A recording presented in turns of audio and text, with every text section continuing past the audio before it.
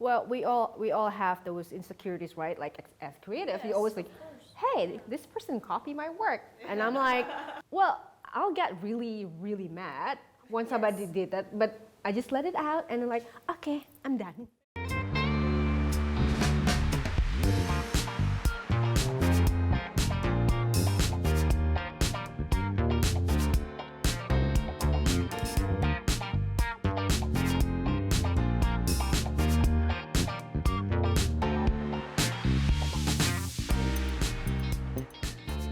Please subscribe and turn on your notifications to stay tuned to the latest updates at the Powder Room Talk. Hello, I'm JJ Liu. Welcome to the Powder Room with me and my girlfriends, Viola Mananta and Regina Widjaja. The Powder Room is where we get real, and today we're going to talk about how do we become the change we want to see in the world. And as always, we have wonderful women amongst us, and joining us today is our good friend, Santi Alaysius, who is the founder of Domicilium Studios and DMDO. Santi is one of the prominent interior designers of Indonesia who has designed the residence of Hollywood star Jennifer Lopez. On top of that, she has also designed award-winning high-profile projects like the US Pavilion in the 2005 World Expo in Japan. The Domicilium Studios is also the creatives behind Indonesia's first boutique design hotel called Kusenda.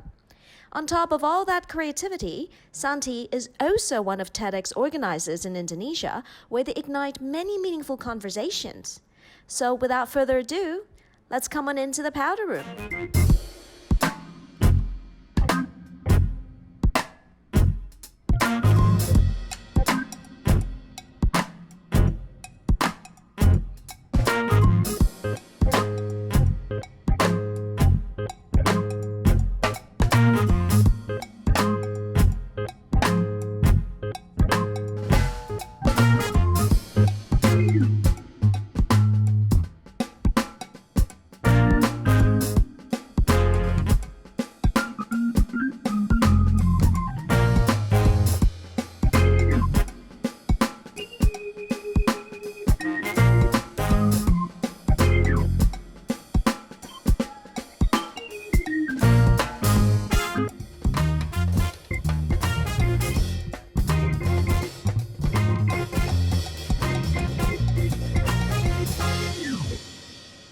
To the Powder Room, Santi. And thank you for having us in your space today.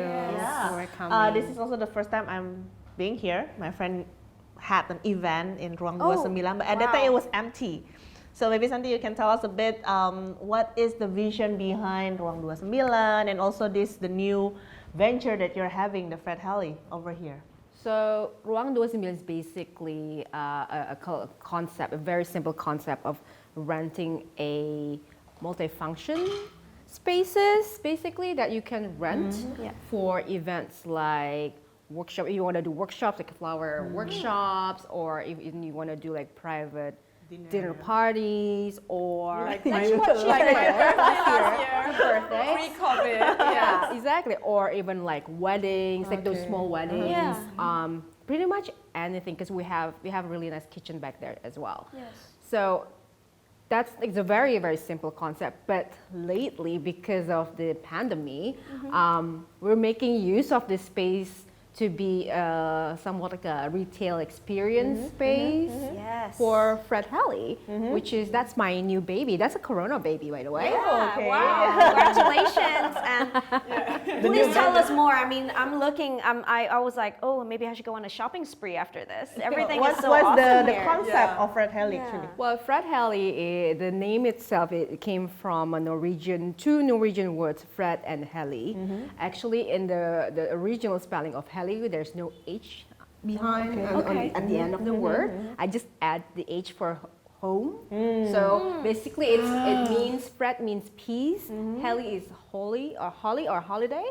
So it's basically the whole tagline is peaceful holiday at home. Oh wow! Talk about creativity, right? Hello, so I like to play around with words, and I hope that some Norwegian people really get it. And because I really admire how the Scandinavian culture, the culture and the way they live, way of living, the hygge and everything else. I mean, it's very I mean, it's very wholesome, you know. Yeah. And I feel like that we can adopt that anywhere in the world. So that's how Fred Helly actually was born, because I felt like home is very important. It's a place for you to basically, that's your home base. It's where you're coming from, and your whole entire life is basically starts from home, right? Yeah. But can you tell us a little bit about also how you source? Yeah, I was about to ask how you source this. Where There's a lot of stories behind that. So maybe not a lot of you guys know that I'm actually a trained professional buyer. Wow, no, I did not know that. Yes, That's amazing. Before I studied interior architecture, I had another degree. I studied fashion marketing and management. That's where I got trained as a professional buyer. Yeah.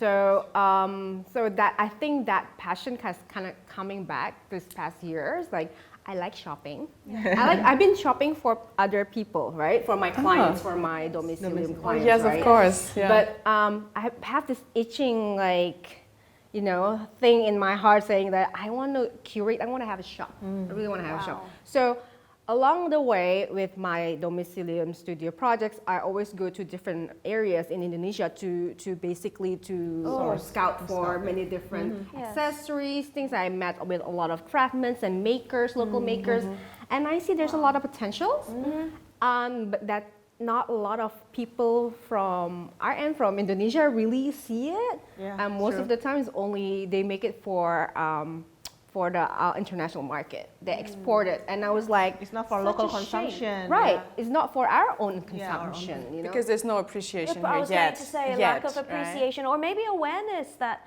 we have amazing craftsmen. Yeah. Yeah, we have like world-class fragments in Indonesia, but not a lot of people know how to put them all together or even work together with them, and we create something together. With my knowledge, a lot of time I design together with the craftsmen themselves, and we complete each other. I think I like that process. Also, that's why we have Fred Helly as well now. Wow. That's fantastic. Yeah, we love this place. And also next door, you have a nice coffee place called Guten Morgen Coffee, and they're sponsoring our drinks and our pastry today. Today we're having our pastry served by Guten Morgen Coffee, which is right next door from Fred Helly. This is their fluffy, gluten-free Japanese cheesecake and some traditional Indonesian potato donuts with chocolate sprinkles. I really also love their vegan coconut latte, which is their signature. The beautiful table decoration with dried flowers is from Mimsy Botanicals. Like I've heard from JJ and Lola that you actually graduated from overseas, right? So you took some time studying overseas, and you have made huge success over there, and then you also came back to Indonesia, started the interior design business as well with starting up this new venture. What was the driver behind that? Like, what makes you want to come back? You know, what is in your mind when you want to come back and to build others as well? What is the drive behind that? Well, when I was in the States, I worked for several years. I worked for 4 years before I came back here as interior designers for hospitality company. So we've been specifying a lot of materials, even furnitures or even finishes like wallpaper, beautiful stuff that is actually made in Indonesia. Wow. And I was really baffled because how come I didn't know about this? Yeah. How come? Like, how come not a lot of people know, like, they don't even use this kind of stuff back home? Wallpaper too. I did not know Wallpaper that. too. Not only that, I mean, like, I didn't a know lot of, like, some really, like, high-end furniture line in the States, actually, they produce them here Wow. for years and years. Oh yeah, I heard that actually. Yeah. I think so. It's exported, right? Right. I was really surprised that not a lot of people, our people, know about this kind of stuff. So when I decided to go home, I was like, okay, I need to do something about this. This is something that we can actually do, and maybe one of the reasons why I want to go back home, because I saw that there's a lot of opportunity in the design world that not being explored yet, and also I can use my skill in buying in the fashion business and that my first degree and my second degree combined together, and how to make something different out of it. Yeah. So when you curated all this, or even when you source, the material, when you have that kind of thoughts that, oh, I have this bag in my country, and nobody's ever heard about it, and you feel like maybe with what you are doing, you're trying to lift up other people as well, lift up Indonesian craftsmanship in a way, something that I, as an Indonesian, probably never really realized it. When she talked about lifting up others as well, because what she's doing is actually lifting up all the craftsmen that is doing this, make them well known even for their own country. Yeah. Is it difficult actually for women to lift others up in a way? Because for me, when I was younger, I always feel like, okay, I want to lift other people's up. I want to lift my friends, okay, maybe this person is doing well, I want to lift her up. But sometimes it's kind of difficult because I felt like there is unsatisfaction even in myself. Like I like to tell my friends like, oh, she's pretty, but she's divorced. That kind of negative comment out of people's success. And trying to take them down. Like, oh, do you know that last year she just, being caught by police because she did some mistake. So we try to shadow other people's success. So we look better. Or make that person look so bad. Yeah. So what do you think? Like, why is it so difficult for women to actually lift other people's up?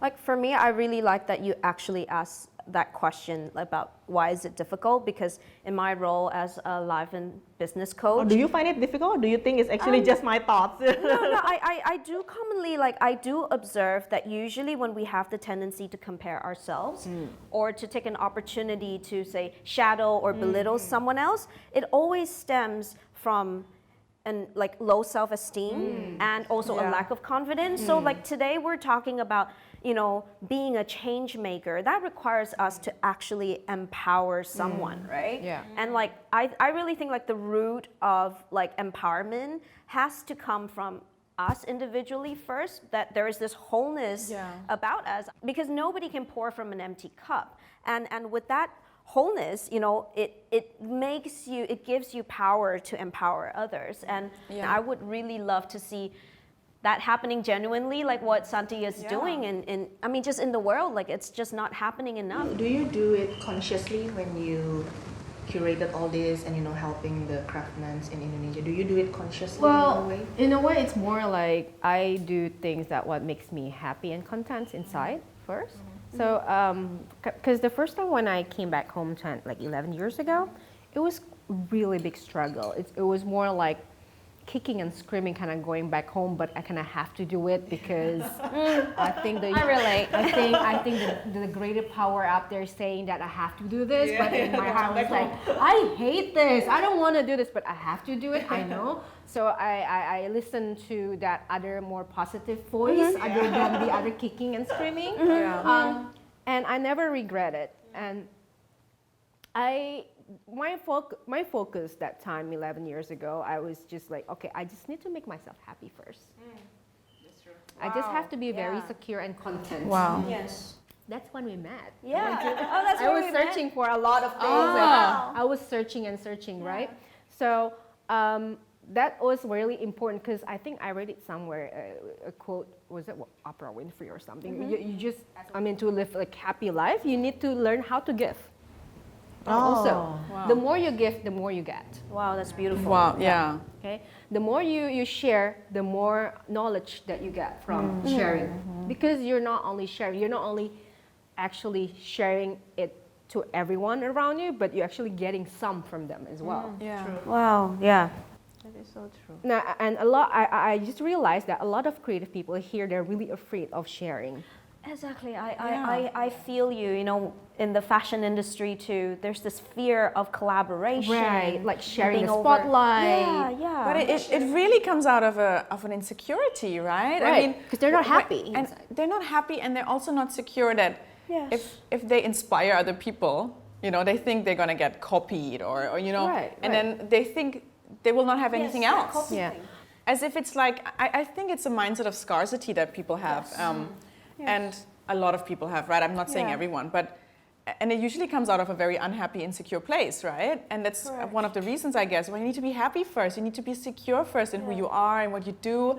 And out of that abundance, I think it's it's much easier to overflow and collaborate with others, not being scared to, to give away knowledge. Like, Do you think maturity plays a role then in what you're saying? Absolutely. And maybe also what Regina was saying, it was harder for her when she was younger and she struggled with it. And I think we all struggle with it when we're younger because we're not there yet. We don't understand it fully. We haven't really found ourselves yet in a way, right? Yeah. And the more we mature and we find ourselves and we find who we are, and we're more confident in our identity as well, then we can be that, we can find it in us that we can actually not just live for ourselves and not just circle around ourselves, but we can actually pour out to others. Yeah, We have a bigger calling than just our own life, right?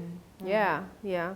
Well, we all have those insecurities, right? Like as creative, Yes, you always of think, course. hey, this person copied my work, and I'm like, okay, meaning that I have to move from this spot to the other. I have to make something better. I have to keep on moving. I cannot just be in the same spot and be bitter about it. Meaning we have to get. Well, I'll get really, really mad when somebody did that, but I just let it out and I'm like, okay, I'm done. Next, what is next?